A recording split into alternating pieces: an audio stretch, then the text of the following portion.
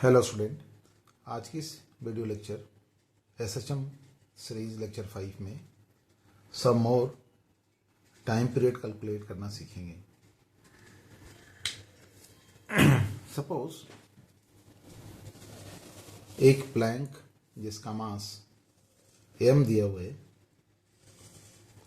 ये दो fixed rotating roller पर सिमेट्रिकली प्लेस किए गए। ये रोलर अबाउट देयर एक्सिस, ये फिक्स्ड एक्सिस है, it is rotating about their fixed axis, जो कि हम यहाँ पर ऐसा दिखा रहे हैं। ये फिक्स्ड एक्सिस है, ये फिक्स्ड एक्सिस है, और ये कांस्टेंट एंगुलर वेलोसिटी ओमेगा से टर्न कर रहा है। देखिए स्टूडेंट, ये भी ओमेगा और ये भी ओमेगा है। ये प्लैंक इस रोलर पर सिमेट्रिकली प्लेस किए गए हैं।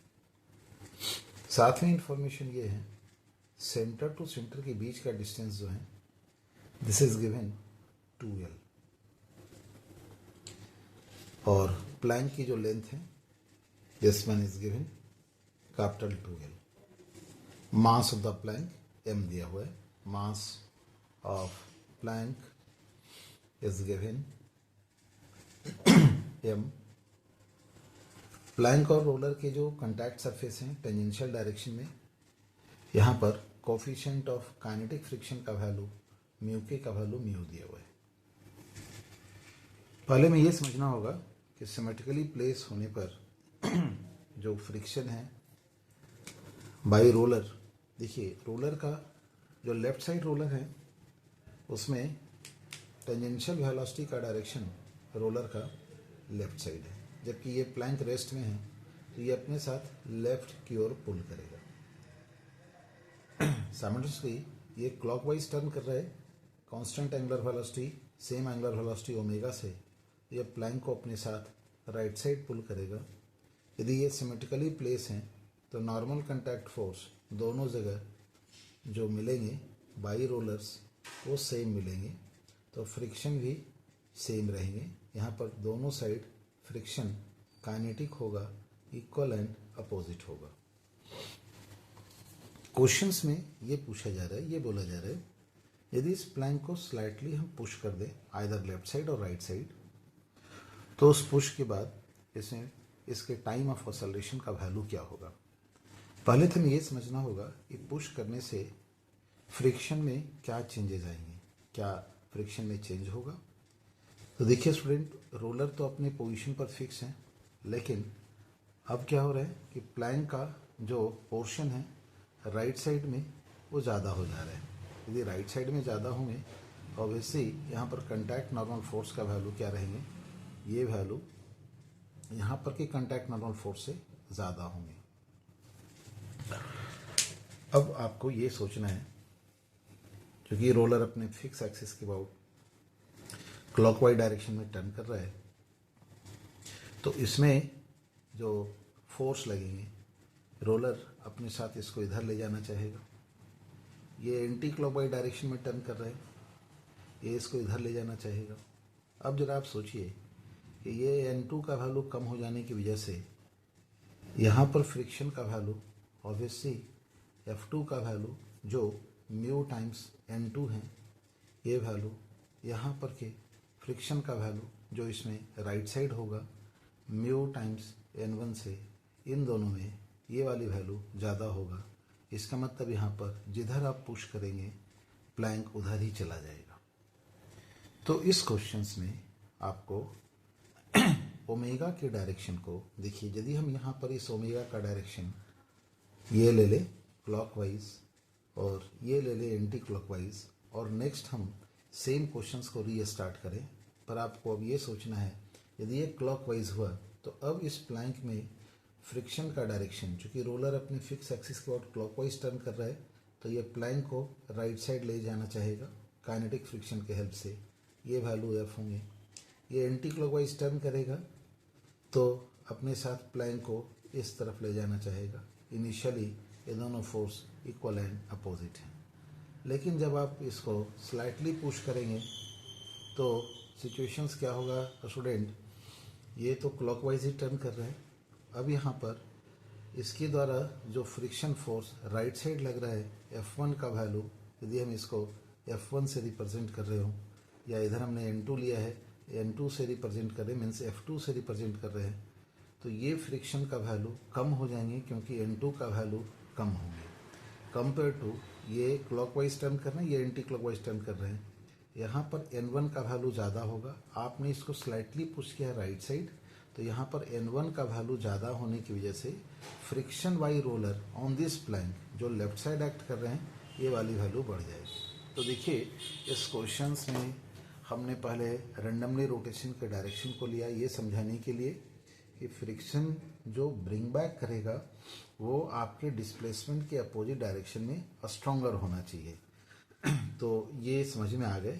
तो अब हम देखिए ये सेंटर टू सेंटर के बीच का डिस्टेंस जो 2L है, पहले इसी सेंटर पर प्लैंक का सेंटर लाई कर रहा था, लेकिन अभी प्लैंक का सेंटर यहाँ से सपोज करिए x डिस्टेंस अहेड है, ठीक है स्टूडेंट, जहाँ से इसका mg एक्ट कर रहा है डाउनवर्ड डायरेक्शन में।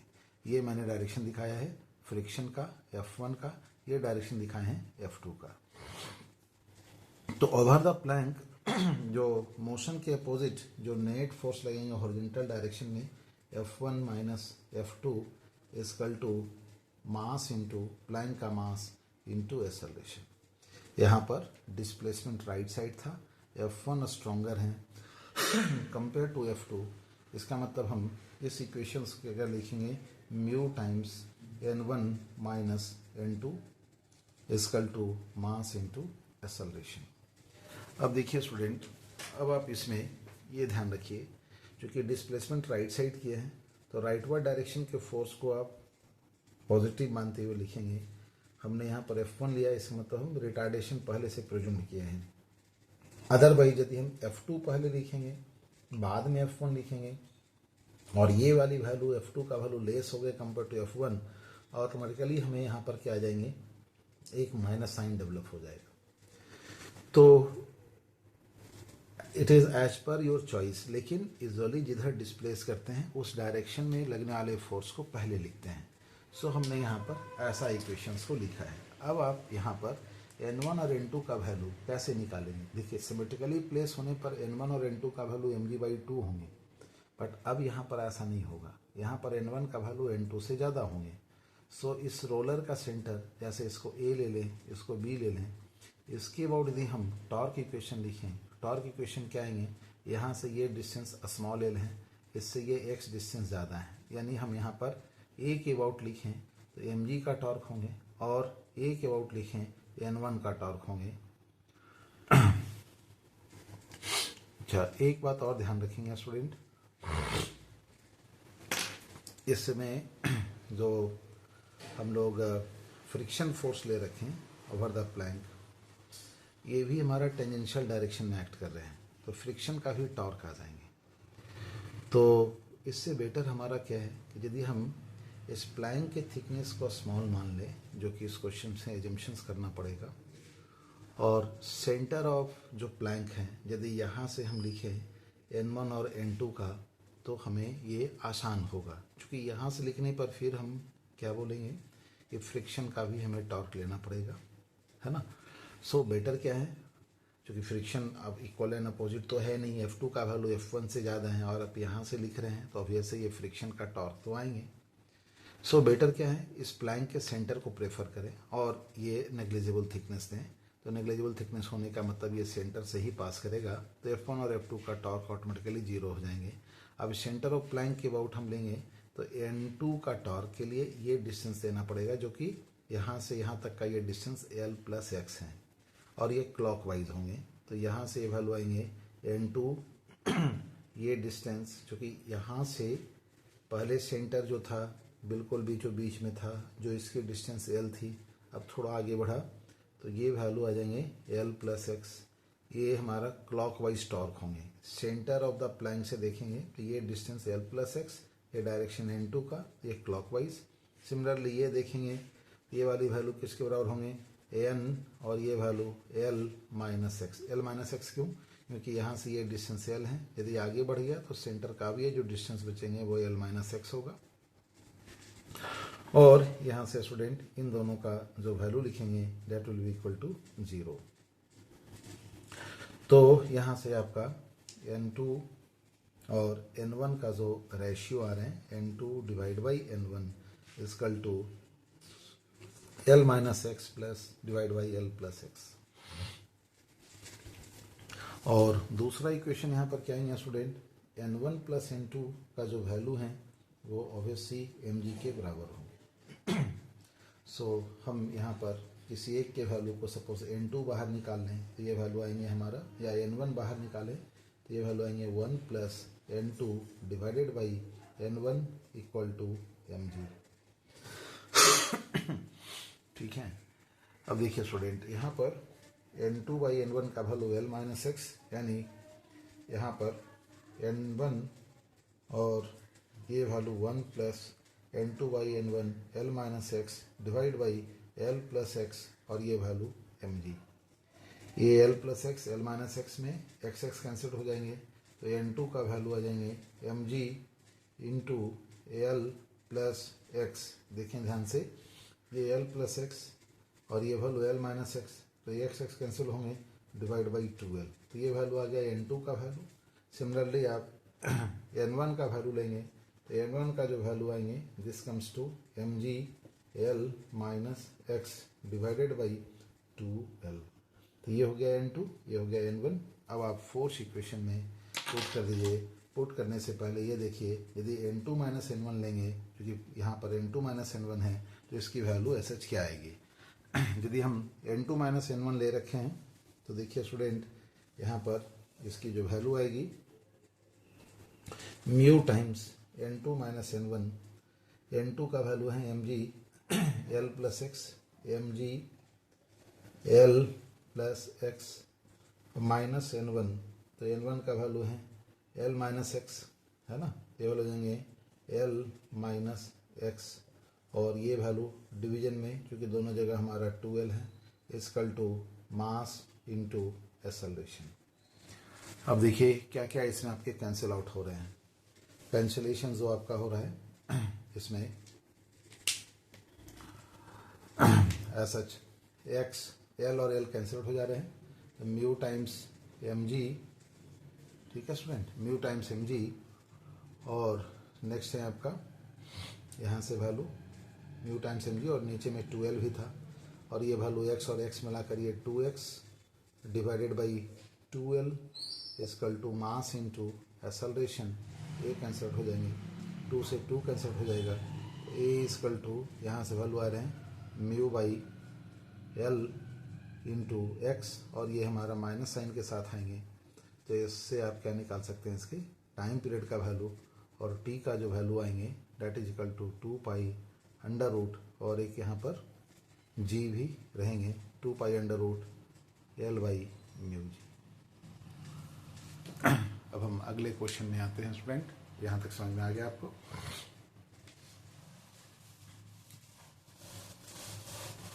देखिए स्टूडेंट अगला जो क्वेश्चन है बेसिकली वो बेस्ड है आपका 2 बॉडीज ऑसिलेटरी सिस्टम। 2 बॉडीज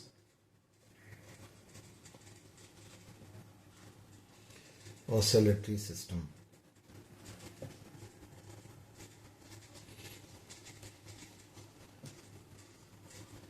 इसके एग्जाम्पल आप डायटोमिक मॉलिक्यूल्स ले सकते हैं। ये हमारा वन ऑफ बॉडी जिसका मास m1 है, ये दूसरे मास m2 से कनेक्टेड है बाई ए स्प्रिंग। दूसरे का मास m2 दिया हुआ है, स्प्रिंग कांस्टेंट का वैल्यू k है। यदि हम इस 2 बॉडीज में दोनों साइड से पुश करके बाई अप्लाइंग इक्वल फोर्सेस और नेक्स्ट हम इसको रिलीज करेंगे तो about their centre of mass ये ऑसिलेटरी मोशन परफॉर्म करेगा। क्योंकि इस 2 बॉडीज ऑसिलेटरी सिस्टम में सम ऑफ द एक्सटर्नल फोर्स का वैल्यू 0 होते हैं।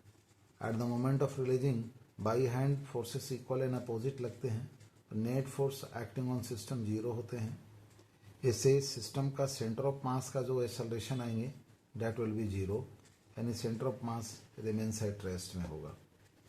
तो हम इस क्वेश्चंस को दो तरीके से इसके टाइम पीरियड को निकाल सकते हैं, एक एनर्जी मेथड और दूसरा बाय यूजिंग काइनेटिक जो हमारा फोर्स इक्वेशन होते हैं उस मेथड से।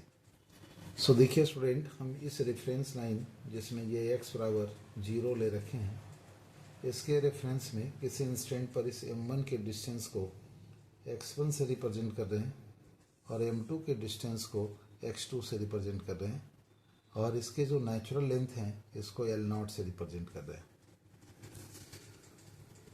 यदि एक्सटेंशन होंगे m1 और m2 के बीच का जो डिस्टेंस यदि x से रिप्रेजेंट करेंगे तो ये value x2 minus x1 minus L0 के बराबर होगा।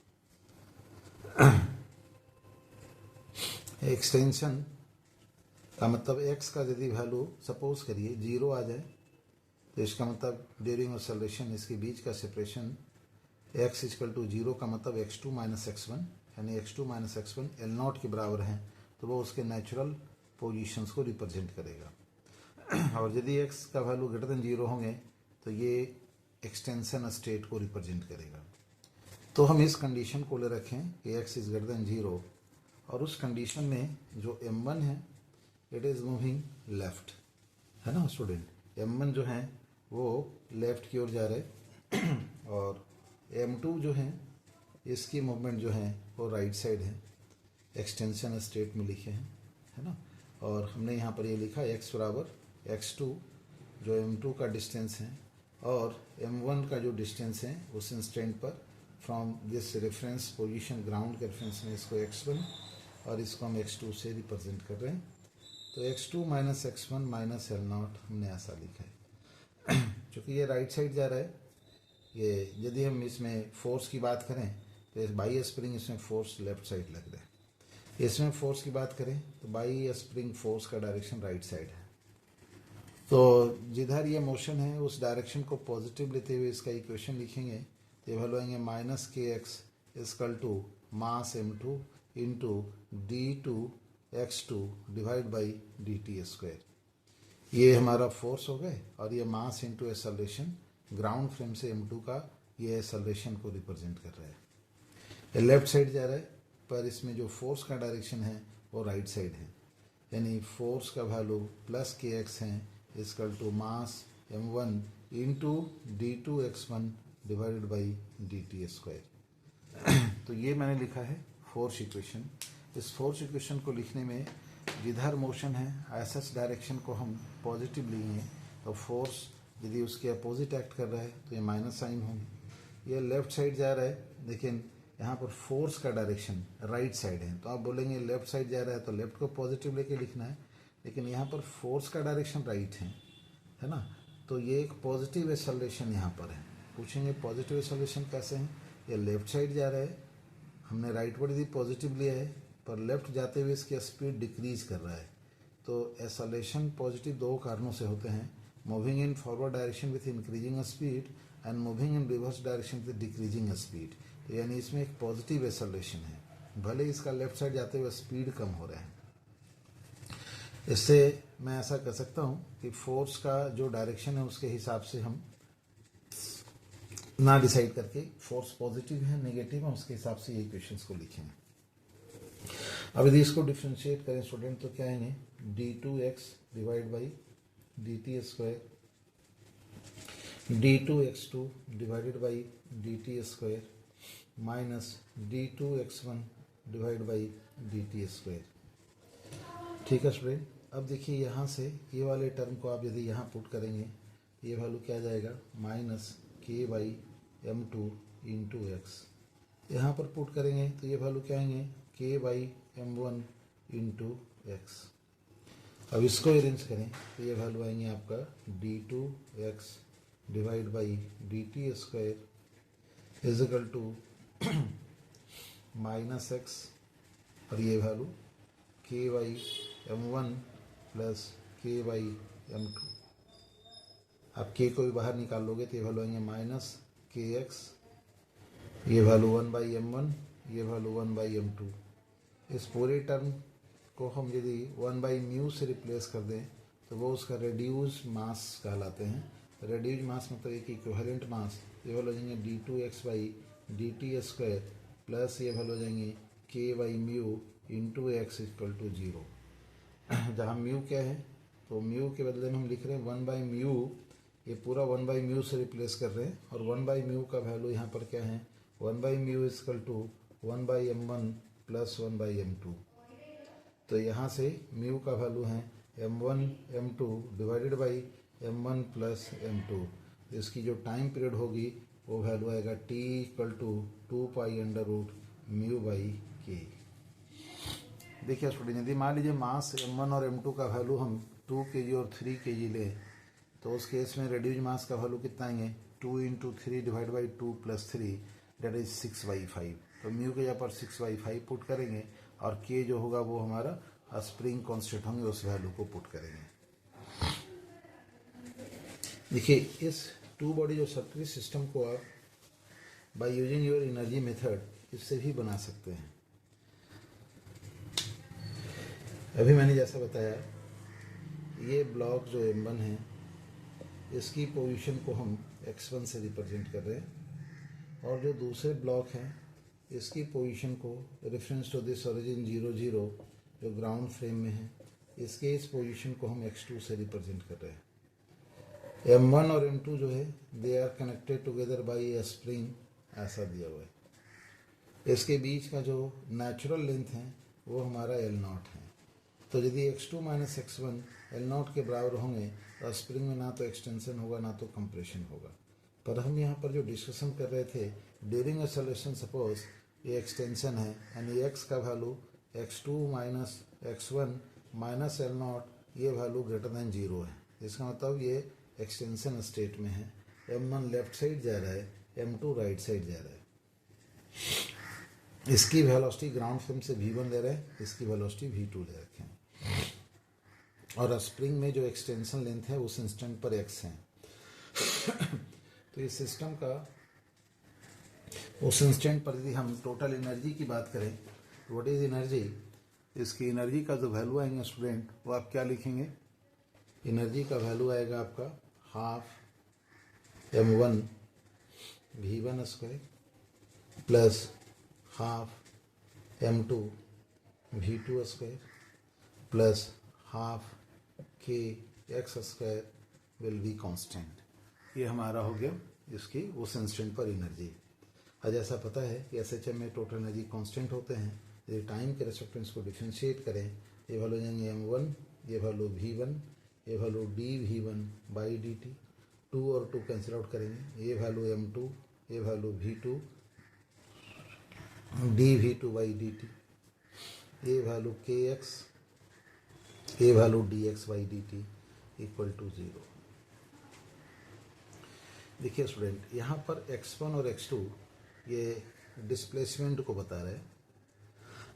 यदि हम इसको डिफ्रेंशिएट करें तो ये वैल्यू आ जाएंगे dx/dt डेट इज v, ये वैल्यू आएंगे आपका v2, ये वैल्यू आएंगे आपका v1।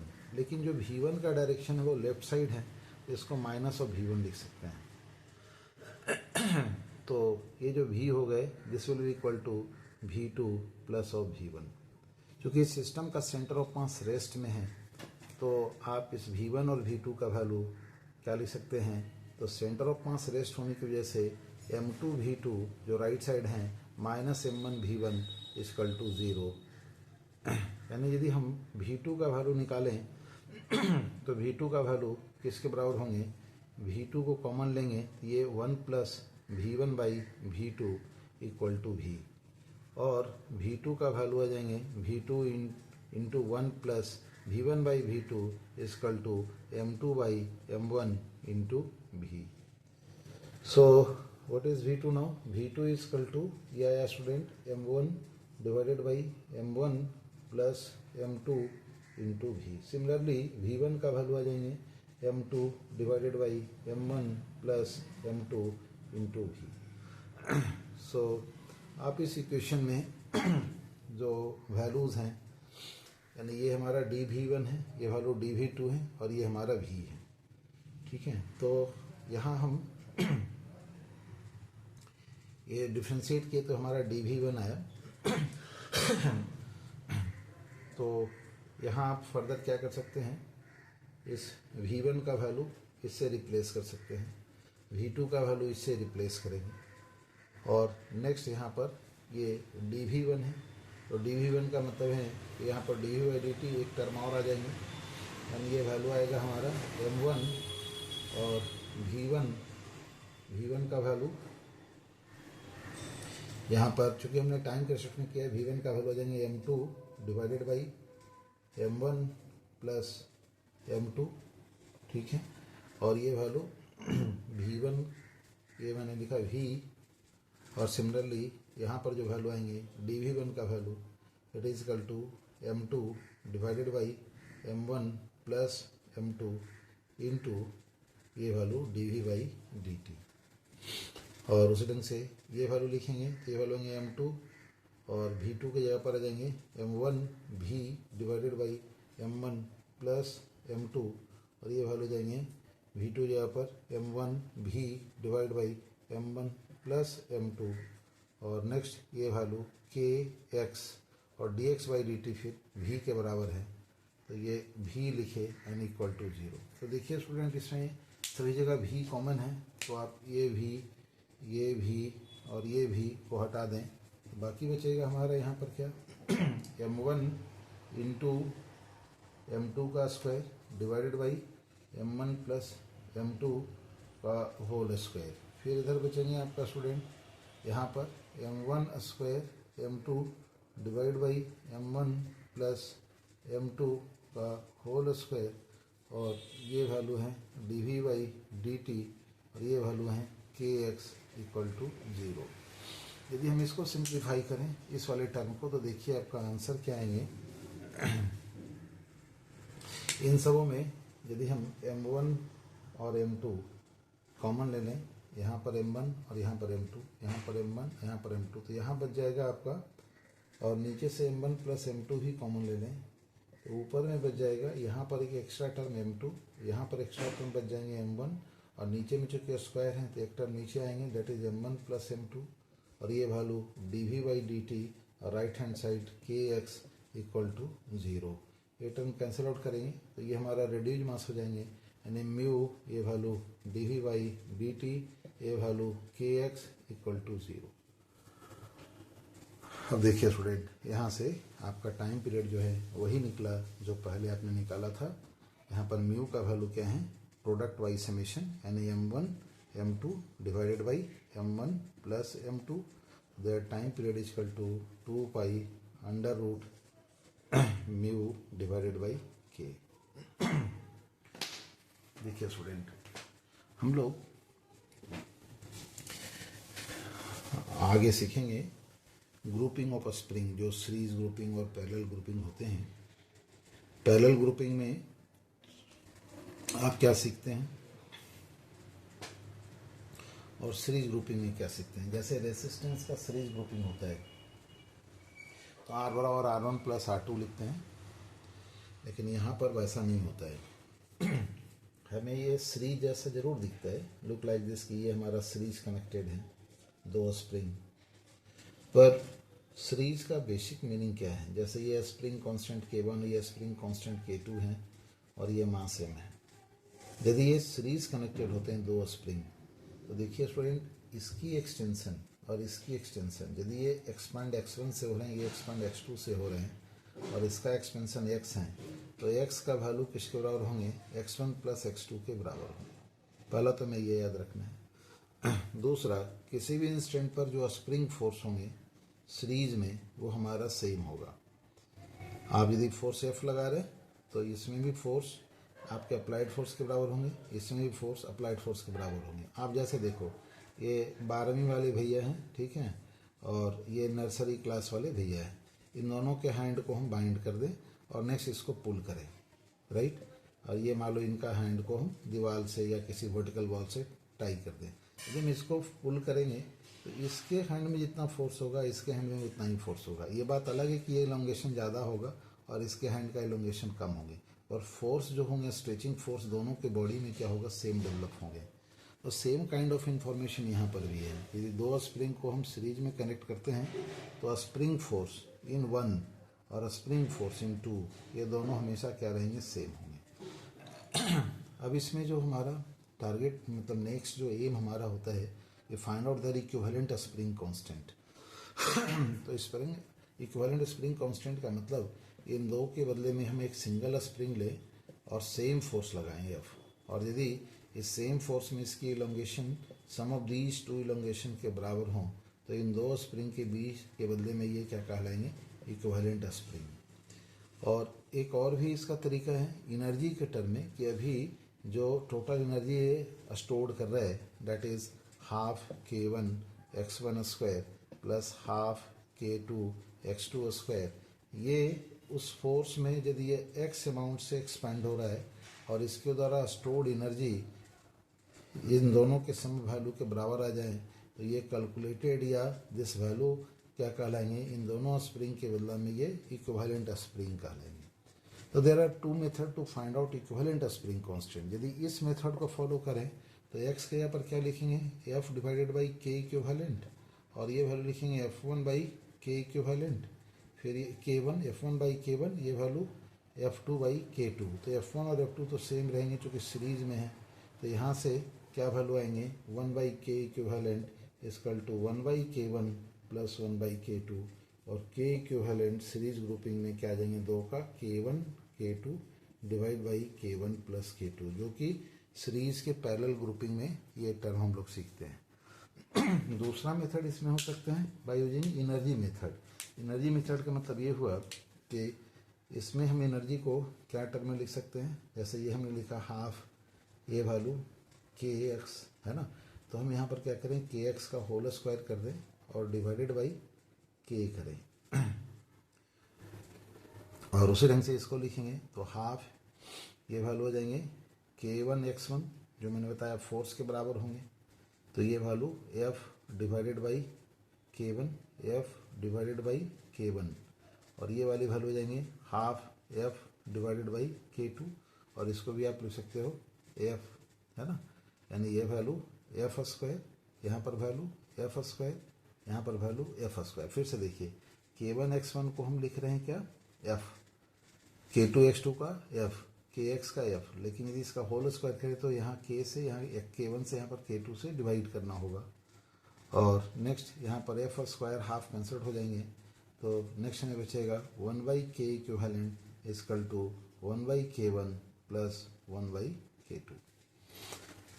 उस ढंग से स्टूडेंट यदि हम इसको पैरेलली कनेक्ट करें तो पैरेलल में हमें ये याद रखना है स्प्रिंग के बारे में, ये दो स्प्रिंग यदि हमारा पैरेलली कनेक्ट होता है तो इसका मतलब ये निकला यदि हम इसको पुल करेंगे या पुश करेंगे तो एक में जितना एक्सटेंशन होंगे दूसरे में भी उतना ही एक्सटेंशन होंगे। तो पैरेलल में एक्सटेंशन, अच्छा ऐसा भी हो सकता है एक एक्सपैंड हो दूसरा हमारा कंप्रेस हो, तो अभी तक खैर इस डायग्राम में एक्सटेंशन है या कंप्रेशन यदि होंगे तो ये दोनों में हमारा क्या होगा, बोथ में दोनों स्प्रिंग में सेम होंगे, और स्प्रिंग फोर्स क्या होगा और रेसिस्टिंग फोर्स दोनों मिलकर आपके अप्लाइड फोर्स को बैलेंस करेगा, यानी spring force should be additive. FS जो होते हैं ये हमारा एडिटिव होंगे। तो इसका इक्विवेलेंट स्प्रिंग कांस्टेंट कैसे निकालेंगे स्टूडेंट, देखिए अभी यदि आप F लगा रहे हैं फोर्स तो F का वैल्यू किसके बराबर है, F1 प्लस F2 के बराबर है।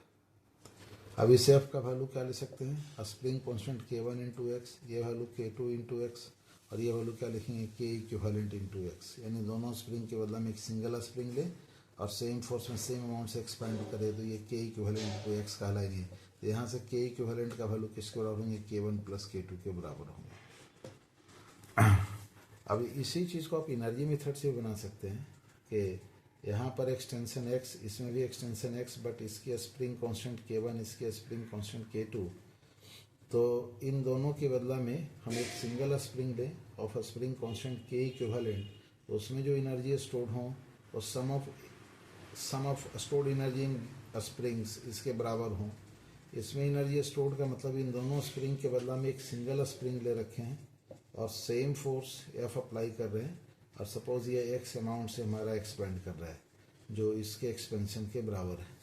अब ये के इक्विवेलेंट उतना ही एनर्जी स्टोर कर जितना ये दोनों स्टोर कर रहा है, तो ये वैल्यू क्या लिखेंगे, half k equivalent into x square equal to half k one, ये value x square plus half k two into x square, k equivalent का वैल्यू आ जाएंगे के वन प्लस के टू। ठीक है स्टूडेंट, तो पैरेलल में ये वैल्यू रहेंगे। अब यदि मान लीजिए आपसे क्वेश्चन ये पूछे हैं कि इस स्प्रिंग को हम इस वे में कनेक्ट कर रखे हैं, ये स्प्रिंग लिए और बीच में ब्लॉक को रखे और स्प्रिंग को ऐसा रखे। अब इसकी टाइम पीरियड क्या होगी, तो आपको देखने से तो लग रहा है ये प्रीवियस जैसा कि ये हमारा सीरीज कनेक्टेड होंगे, पर ये सीरीज कनेक्टेड ये जरूर है, पर this is not series connected, क्योंकि यदि इसको कंप्रेस करेंगे तो कंप्रेसिव फोर्स लेफ्ट साइड होगा और ये एक्सपेंड होगा उसकी भी फोर्स लेफ्ट साइड होगा, यानी ये दोनों पैरेलली कनेक्टेड है। ठीक है स्टूडेंट, अब यदि मान लीजिए यहाँ पर आपसे ऐसा पूछें कि ये हमारा स्प्रिंग जो पूरा स्प्रिंग था, ये इसको हमने 3 इक्वल पार्ट्स में डिवाइड किया, 2 पार्ट को एक साइड रखे और एक पार्ट को इधर रखे, तो इसकी इक्विवेलेंट टाइम पीरियड का वैल्यू क्या होंगे। देखिए स्टूडेंट, स्प्रिंग कांस्टेंट जो के होते हैं और लेंथ का इन्वर्सली प्रोपोर्शन होते हैं, नेचुरल लेंथ का इन्वर्सली प्रोपोर्शन होते हैं। यदि आपने 3 इक्वल पार्ट में डिवाइड किया है तो इसका मतलब ये हो जाएंगे 3 के इन टर्म ऑफ ये 3 के, ये 3 के, तो ऑल 3 हमारा क्या है, पैरेलल कनेक्शन में है। ये दोनों पैरेलल हैं, पर ये भी पैरेलल है, क्योंकि जैसे ही कंप्रेस करेंगे ये एक्सपेंडेड स्प्रिंग का फोर्स लेफ्ट साइड और कंप्रेस स्प्रिंग का फोर्स लेफ्ट साइड होंगे, तो इस पूरे का जो टाइम पीरियड आएंगे ऑल पैरेलल में है। तो पैरेलल में इक्विवेलेंट स्प्रिंग कांस्टेंट होते हैं 3 के प्लस 3 के प्लस 3 के 9 के, इसका टाइम पीरियड हो जाएंगे 2 pi under root m by 9 k. Next class में स्टूडेंट हम डिस्कस करेंगे कंपाउंड पेंडुलम को लेकर। जैसे मान लीजिए एक हमारा सॉलिड प्लेट है, इससे इतना मटेरियल को हटा दिए तो क्या इसके टाइम पीरियड होगा। एक मीटर स्केल है, इसका टाइम पीरियड का वैल्यू क्या होंगे। सो इस पर जो क्वेश्चंस हैं इसके बारे में हम नेक्स्ट क्लास में डिस्कस करेंगे। Thank you.